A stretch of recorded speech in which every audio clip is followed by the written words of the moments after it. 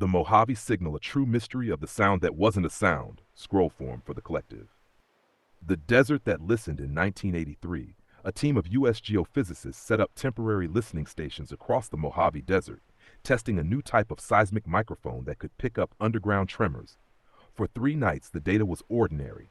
Sand shifts, coyote steps, wind. On the 4th night, all sensors picked up a pulse. It wasn't from underground. It came from the sky. A perfect repeating rhythm, 19 hertz. The same frequency the human ear can't consciously hear, but the body feels. Every team member reported nausea, dread, and vivid hallucinations. One described it as the feeling of being remembered by something too big to see. When the rest of the crew dismantled their station, one man, David Connors, the lead acoustic tech, refused to leave. He said he wanted to record more. His journal found later said, "It's not a sound, it's a message. It's waiting for someone to answer correctly." He camped alone for 3 days. On the 4th, the pulse stopped, and so did David's heartbeat. They found his body seated upright, headphones still on, eyes open, mouth smiling. The recorder was still running, though the battery had died days before. The tape. When the tape was analyzed, it contained a single clear section of audio, 33 seconds of deep vibration. At the 7-second mark, a human voice joined the hum, whispering something under the frequency. Finally, a reply. The voice matched no one on record, but the waveform showed something chilling. The hum wasn't just a sound wave, it carried structure, as if language itself had been compressed into tone. Hidden within declassified Project Sigma files, scientists refer to the Mojave anomaly as the echo of creation, an ancient residual frequency theorized to exist since the first cosmic burst. They believe the signal wasn't extraterrestrial, it was intradimensional, a leftover greeting from whatever consciousness started existence itself. Certain mystics claim the Mojave hum matches the vibration of the OM frequency, the primordial sound of being, except inverted. Instead of OM, the waveform spells Mo, backward, the sound of return. Pattern repeats in 2019, a group of sound engineers on YouTube claim to have re-recorded the same 19 hertz pulse while testing new long-range microphones near Needles, California. The file was uploaded, shared 12,000 times, then suddenly vanished, along with the entire channel. Those who downloaded it early said the audio made their speakers hum even when unplugged. One listener described hearing their own name whispered beneath the sound. The Mojave Signal teaches that the universe might not be silent. It just speaks in a language we forgot how to feel. Sound is shape. Shape is memory. And if you listen too long, the world listens back.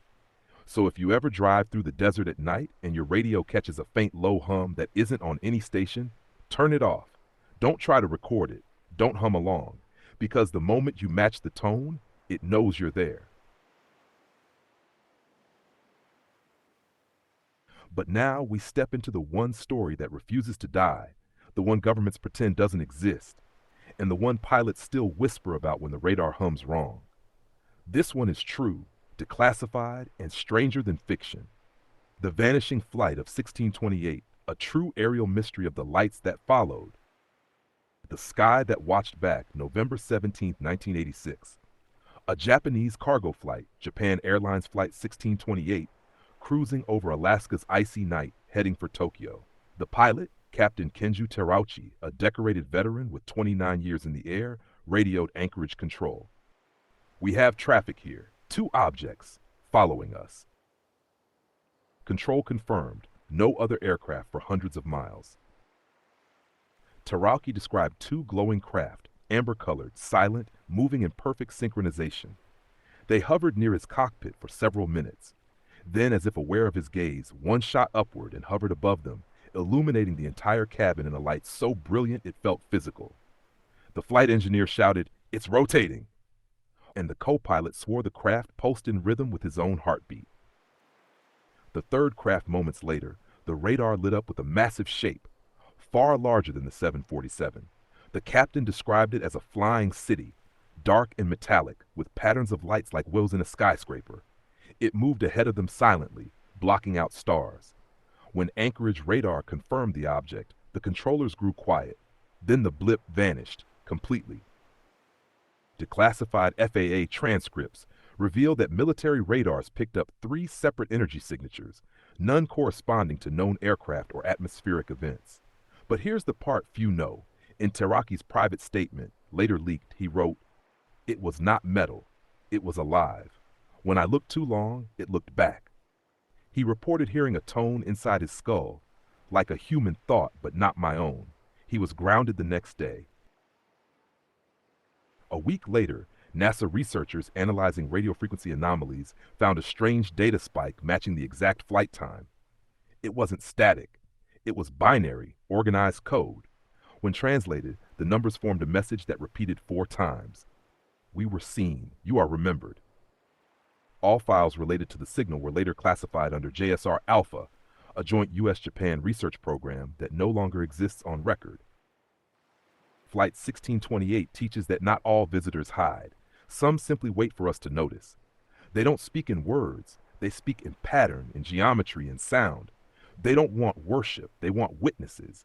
And maybe that's what Taraki was, a chosen witness. If you ever fly at night and see lights that move too perfectly, don't reach for your phone. Just whisper, open quote, "I see you," close quote, because sometimes that's all they came for. We go now beneath the waves, where light dies and time stops watching. The black submarine of the Baltic, a true mystery of the vessel that never surfaced. Vessel that spoke too late. It was June 8, 1985, in the cold belly of the Baltic Sea. Soviet submarine S-239 on a routine test dive, communication steady, crew calm. Then, one word over the radio, "Golasa." Then static and silence. The sub was never heard from again. 3 days later, sonar picked up faint knocking beneath the waves. Rhythmic, steady, almost musical. Rescue teams followed it for hours until it stopped. When divers reached the last known coordinates, they found the submarine intact on the seafloor. No breach, no explosion, the lights still on. But the crew, 47 men, were gone.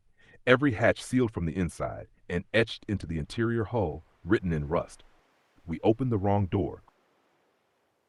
In 1993, after the fall of the USSR, a classified naval reel surfaced briefly among black market archives. It showed a diver exploring the sunken S-239. He shined a flashlight on the control panels. Frost crystals floated through the air underwater. Then he turned his camera toward the periscope lens. For half a second, a reflection appeared, a human face, eyes open, mouth moving. But the diver was alone. In the scrolls of the Abyssal Gate, the ocean is described not as water, but as the second sky. A mirror world reflecting our dimension in reverse. When human instruments dig too deep, they create a resonance breach, a harmonic echo that opens a rift between the two realities. Submarine S-239, it said, found such a breach. The knocking wasn't SOS, it was reply. When they answered, the sea answered back and took them. In 2011, the Swedish Navy detected an unregistered sonar contact moving under the Baltic at 30 knots. Silent, power impossible for any known submarine. It mirrored the original coordinates of the S-239 site. When sonar pinged it, the signal bounced back with 2 returns. One of them was upside down. For 30 seconds, Swedish radar screens displayed one word, "Golasa," the same the Soviets had heard before vanishing. Then the signal cut off. The black submarine teaches this. There are depths not meant for echo. When you listen into the void, it may begin to speak in your own voice. The ocean is not empty. It's ancient, aware, and still counting what it's owed. If you ever find yourself near the Baltic and the sea hums without wind, don't listen. Don't dive. Don't look down, because sometimes the abyss looks back. Universal currency receipt, architect musician 3611027. The Whisperer, Devalan see it all.